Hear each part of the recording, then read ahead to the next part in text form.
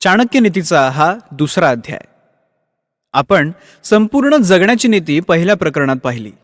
आता आपण पाहणार आहोत दुसरा अध्याय, ज्याच्या सुरुवातीलाच सांगितलं आहे की खोटं बोलणं, उतावळेपणा, छळ कपट करणं, मूर्खपणा, अत्याधिक लोभ, अशोभनीय कृत्य आणि दैन्य या प्रकारचे दोष महिलांमध्ये सामान्यतः आढळतात. आचार्य चाणक्यांचे स्त्रियांच्या बाबतीतल्या या समजुती किंवा दृष्टिकोन हे नक्की काय होते हे सांगणं तर थोडं अवघड आहे. पण तरीसुद्धा प्रत्येकच स्त्रीच्या बाबतीत या सर्व गोष्टी लागू होतील की नाही याबद्दल सुद्धा थोडी साशंकता आहे. त्यांच्या काळामध्ये स्त्रियांचं शिक्षण दुर्मिळ असायचं आणि याच आधारावर स्त्रियांना मूर्ख, लोभी, अशुद्ध, खोटेपणाचं असं म्हणलं जायचं. पण तरीसुद्धा निर्दयी भावना स्त्रियांचा स्वाभाविक दोष मानला जाऊ शकत नाही. चाणक्य म्हणतात की उदरभरण करणे आणि अन्नाला व्यवस्थितपणे उपलब्ध करून देण्याची शक्ती असावी. त्याबरोबरच प्रत्येकाला जेवण वेळेवर मिळायला हवं. प्रेम करण्यासाठी म्हणजेच रतिसुख प्रदान करणारी स्त्री समागमासाठी मिळावी. भरपूर पैसा मिळावा आणि त्या संपत्तीचं दान करण्यासाठीचा उत्साह सुद्धा असावा. हे सर्व कोणत्या तरी तपस्येचं फलस्वरूप असतं. याचाच अर्थ कठीण साधनेनंतर हे सर्व सुख प्राप्त होतं. ते पुढे म्हणतात की जर स्त्रीचा पुत्र आज्ञाधारक असेल त्याप्रमाणे ती सुद्धा आज्ञाधारक असली पाहिजे. अर्थात ती पतिव्रता असावी. ती आपल्या जवळ असताना संतुष्ट असावी आणि तिच्यासाठी स्वर्ग येथेच असावा. आणि म्हणतात मुलगा तोच जो वडिलांची भक्ती करतो. वडील तेच असतात जे आपल्या मुलांचं पालनपोषण करतात. मित्र तोच असतो ज्याच्यावर तुमचा पूर्ण विश्वास असतो. आणि स्त्री तीच असते जी आपल्या परिवारातील सुखदुःखामध्ये शांतपणे आपल्या सोबत असते. जे मित्र आपल्यासोबत गोड बोलतात आणि आपल्या पाठीमागे म्हणजेच अप्रत्यक्षरित्या आपल्या कामांमध्ये अडचणी निर्माण करतात, अशा मित्रांना आपण विष भरलेल्या घड्याला आपण ज्या पद्धतीने टाकून देतो त्या पद्धतीने या मित्रांना त्यागलं पाहिजे.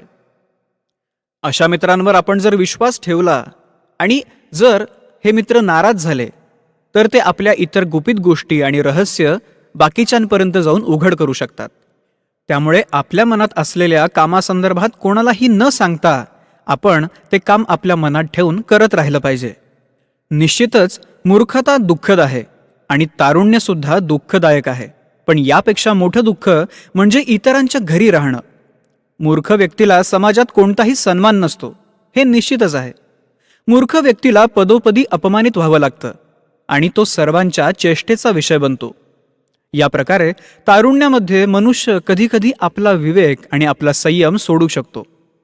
तारुण्यामध्ये मनुष्याला अत्यंत जोश आणि उत्साह तर असतो, पण मनुष्य आपला अतिउत्साह सुद्धा दाखवतो.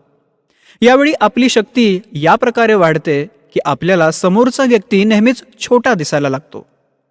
चाणक्यांचं म्हणणं आहे की कोणत्याही प्रकारे जेव्हा एखादा मनुष्य दुसऱ्या कुटुंबावर अवलंबून असतो त्यावेळी त्याचं स्वतःचं वर्चस्व समाप्त होतं. अशा व्यक्तीला दुसऱ्यांच्या कृपेवर जगणं भाग पडतं. त्यांची स्वाधीनता नष्ट होते आणि हे त्यांच्या दुःखाचं सर्वात मुख्य कारण असतं. पुढे चाणक्य सांगतात की प्रत्येक पर्वतात मेरुमणी आणि प्रत्येक हत्तीत मुक्तामणी सुद्धा नसतो. साधू संत सर्वत्र आढळत नाही आणि प्रत्येक जंगलामध्ये चंदनाचे वृक्ष नसतात. हे समजण्यासाठी ते सांगतात की चांगल्या वस्तू प्रत्येक ठिकाणी उपलब्ध नसतात. पर्वतरांगेंमध्ये खनिज पदार्थ विपुल प्रमाणामध्ये भरलेले आहे, ज्यामध्ये हिरे आणि इतर अनेक खनिजांच्या खाणी उपलब्ध असतात. परंतु प्रत्येक पर्वतांमध्ये या खाणी दिसून येत नाही.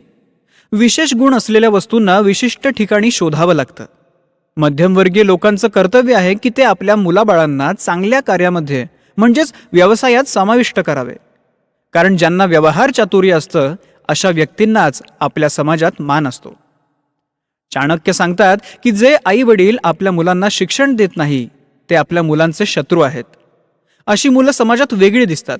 जसं एखादा बगळा हंसांमध्ये शोभत नाही, अगदी तसंच अत्याधिक लाड केले तर मुलं आणि शिष्य गुणहीन होतात आणि शिक्षा केल्यानेच ते गुणवान होतात.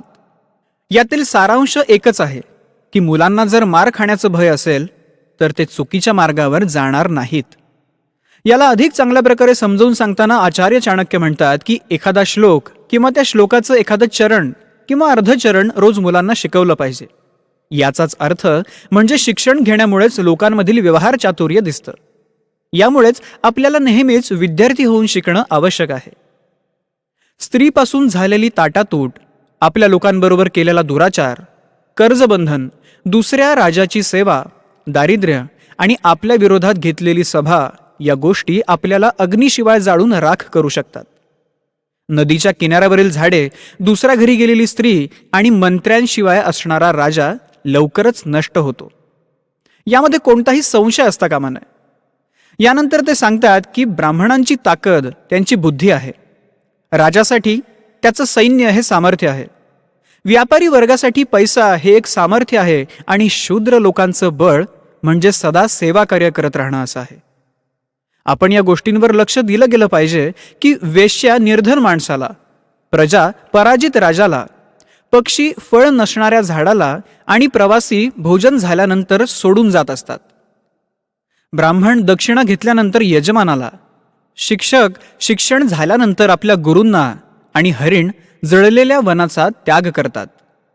या श्लोकात चाणक्य म्हणतात की आपला हेतू साध्य झाल्यानंतर एखाद्या व्यक्तीजवळ थांबणं योग्य नाही, त्यामुळे ते स्थळ तात्काळ सोडायला हवं. आपला हेतू साध्य झाल्यानंतर एखाद्या ठिकाणी थांबणं कोणत्याही दृष्टिकोनातून योग्य नाही. वाईट वर्तन आणि वाईट माणसाच्या सोबत राहिल्यानंतर वाईट वृत्ती अंगी लागते आणि अर्थात अशा प्रकारच्या वाईट ठिकाणी राहिल्यावर तेथील वाईट मित्रांसोबत राहिल्याने तो व्यक्ती लवकर नष्ट होतो. वाईट संगतीचा नेहमीच वाईट प्रभाव पडतो. चाणक्य समजावून सांगतात की बरोबरीच्या व्यक्तीशी केलेली मित्रता नेहमी सुंदर असते. राजाची नोकरी छान असते, व्यवहारामध्ये कुशल व्यापारी आणि घरात असलेली सुंदर स्त्री नेहमीच छान असते. दोन वेगवेगळ्या स्तरावरील व्यक्तींची मैत्री कधीही यशस्वी होऊ शकत नाही. एकसारखा असलेला स्वभाव, एक असलेला समाज आणि कर्माने एकच काम या गोष्टी दोन जणांमध्ये मैत्रीला कारणीभूत असतात. सरकारी नोकरी नेहमीच चांगली असते कारण त्यामध्ये स्थिरपणा असतो. जो व्यापारी चतुर आणि व्यवहार कुशल असतो त्याला समाजाकडून सन्मान प्राप्त होतो आणि सुंदर स्त्री ही घरात चांगली दिसते. आपण ऐकत होतात चाणक्य नीतीचा दुसरा अध्याय.